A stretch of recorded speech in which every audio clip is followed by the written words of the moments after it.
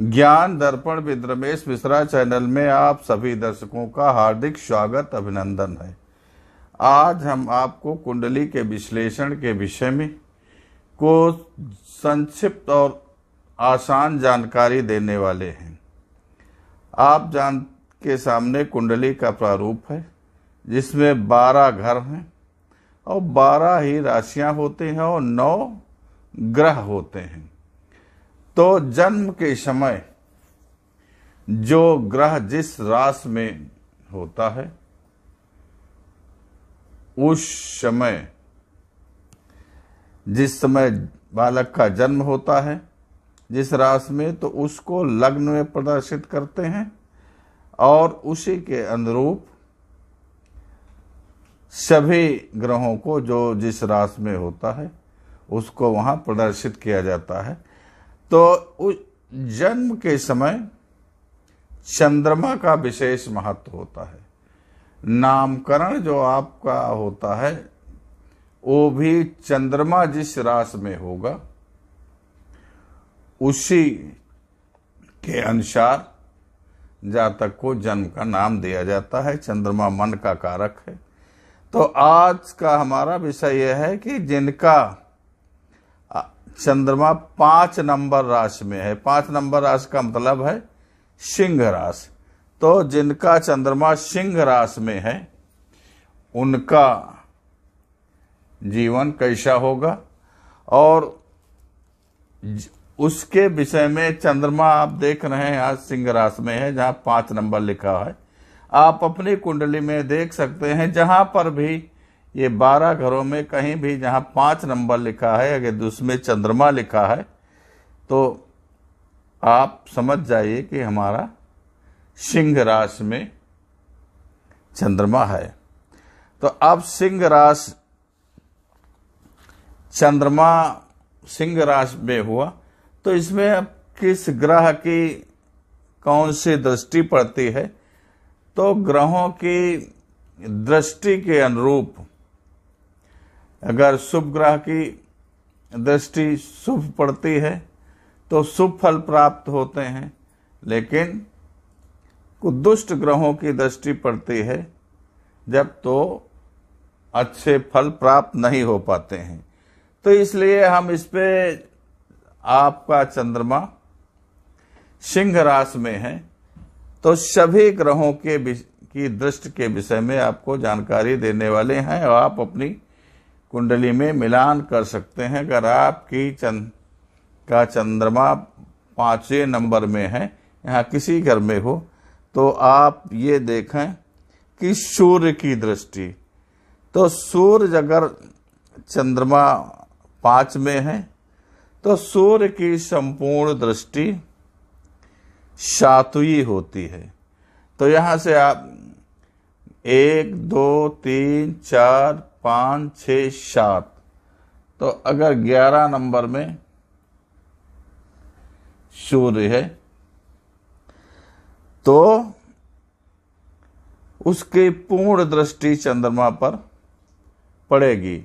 तो ऐसी स्थिति में बालक हो बालिका हो बहुत खूबसूरत भाग्य वाला होता है, बहुत उच्च अधिकारी होता है, बहुत अच्छा शिक्षित विद्वान और शासकीय लाइन में जाने वाला व्यक्ति होता है। राजा के समान उसका जीवन व्यतीत होता है जिसका चंद्रमा 5वें घर में है और सूर्य 11वें घर में है। अब चलते हैं मंगल की दृष्टि के विषय में विचार करते हैं। तो मंगल की संपूर्ण दृष्टि चतुर्थ दृष्टि होती है।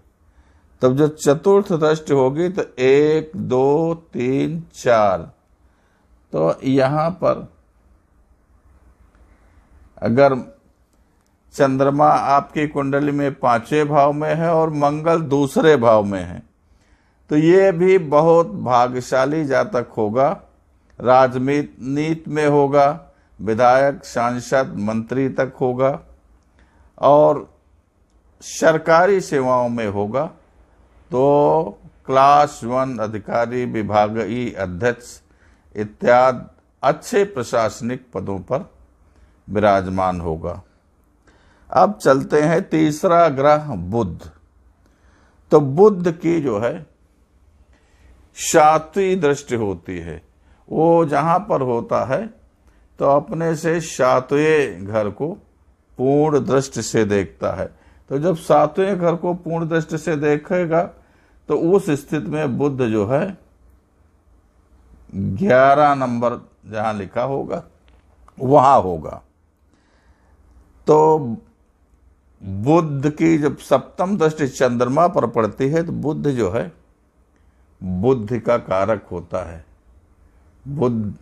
बुध जो है बुद्धि का कारक होता है और चंद्रमा मन का कारक होता है। तो ऐसी स्थिति में ऐसा व्यक्ति बहुत भूत भविष्य का जानने वाला होता है, बहुत ज्ञानी होगा और भूत भविष्य का उसको ज्ञान होगा। ऐसे व्यक्ति गणित के, ज्योतिष के बहुत विद्वान व्यक्ति होते हैं।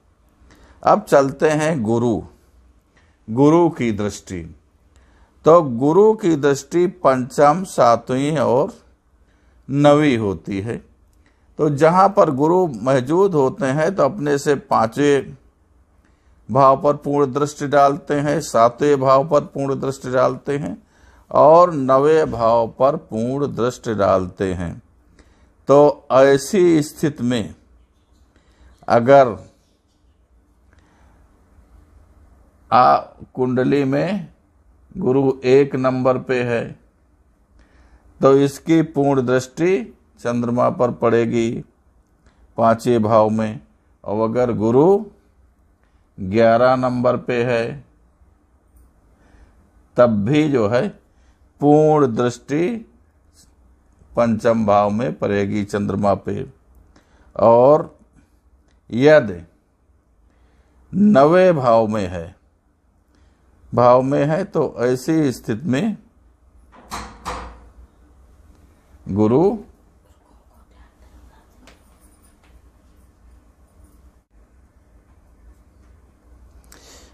की 9वीं दृष्टि भी पूर्ण रूपेण अपने 9वें भाव को जहां पर होता है उससे 9वें घर को पूर्ण रूपेण देखता है। तो ऐसी स्थिति में जहां चंद्रमा 5 में है तो वहां गुरु यदि 9 में है तो उसकी पूर्ण दृष्टि 5वें भाव को देखेगी। तो ऐसा जातक जिस पे गुरु की दृष्टि पड़ती है चंद्रमा पे, ऐसा जातक बहुत धनवान होता है। यदि 5वें भाव में चंद्रमा है और गुरु की संपूर्ण दृष्टि पड़ रही है तो ऐसा जातक बहुत धनवान होगा, पैसे से बहुत संपन्न व्यक्ति होगा। अब चलते हैं अगला ग्रह जो है शुक्र ग्रह। तो शुक्र ग्रह की दृष्टि जहां पर शुक्र देव बैठते हैं तो वहां से अपने 7वें भाव को पूर्ण दृष्टि से देखते हैं। तो ऐसे में चंद्रमा 5 में है तो शुक्र कहां 11 में होगा।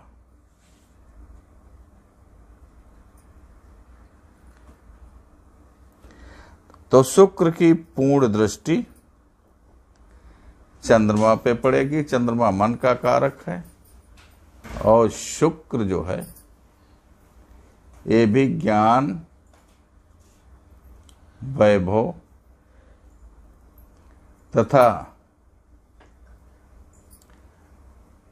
पति पत्नी के प्रेम संबंधों का कारक है। तो ऐसी स्थिति में व्यक्ति बहुत गुणवान होगा,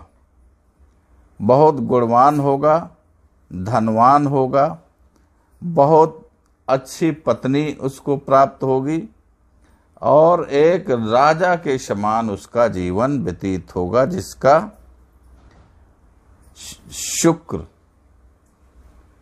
11वें भाव में होगा और चंद्रमा 5वें भाव में होगा। अब चलते हैं शनि कि शनि की दृष्टि चंद्रमा पर पड़ती है तो उसका परिणाम क्या होता है?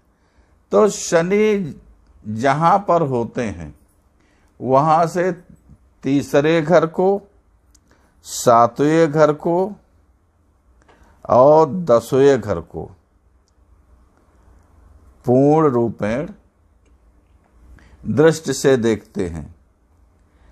तो जहां आपका चंद्रमा 5 में है, तो अगर तीसरे दृष्टि शनि की होगी तो उस स्थिति में शनि आपके यहाँ 3 नंबर में होंगे।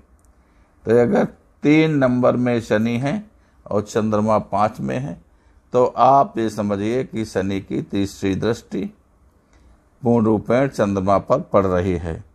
और यदि शनि 11वें में है,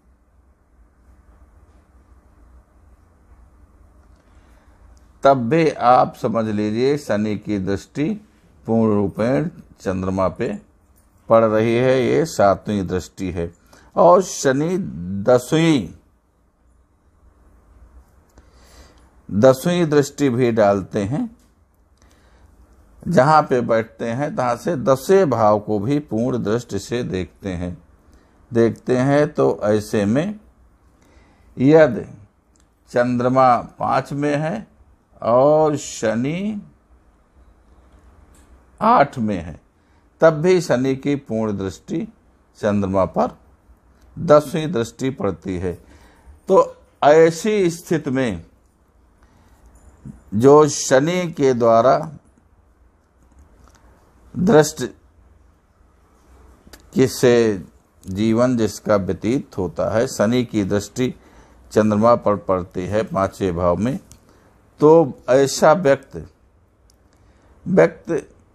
सेवक का कार्य करता है। और उस सेवक का कार्य इस तरीके का करता है जैसे घरों में सेवा करने वाले व्यक्ति होते हैं, जैसे नाई का कार्य करने वाले होते हैं, ब्यूटी पार्लर का कार्य करने वाले होते हैं। इस तरीके के सेवक का कार्य करने वाले व्यक्ति होते हैं। तो आप अपनी कुंडली में देखें जहां 5 नंबर में चंद्रमा हो, और ये किसी भी घर में हो सकता है, और वहां पर 5 नंबर लिखा हो, और उसी के अनुरूप आप इसका मिलान कीजिए। और जो भी ये परिणाम बताए गए हैं ये 100% वैदिक ग्रंथों द्वारा प्रमाणित प्रमाण हैं। तो इन पर, इनके फल पर पूर्ण रूपेण विश्वास किया जा सकता है। तो प्रिय दर्शकों, आपने हमारा कुंडली विश्लेषण का कार्यक्रम देखा। अगर आपको प्रिय लगे तो आप चैनल पे नए हैं तो इसको सब्सक्राइब कीजिए और दूसरे साथियों को शेयर कीजिए, लाइक कीजिए। और ज्योतिष संबंधी जानकारी करने के लिए फ़ोन नंबर 9450 38 18 37 पर संपर्क कर सकते हैं। यथा उचित आपको परामर्श दी जाएगी। धन्यवाद।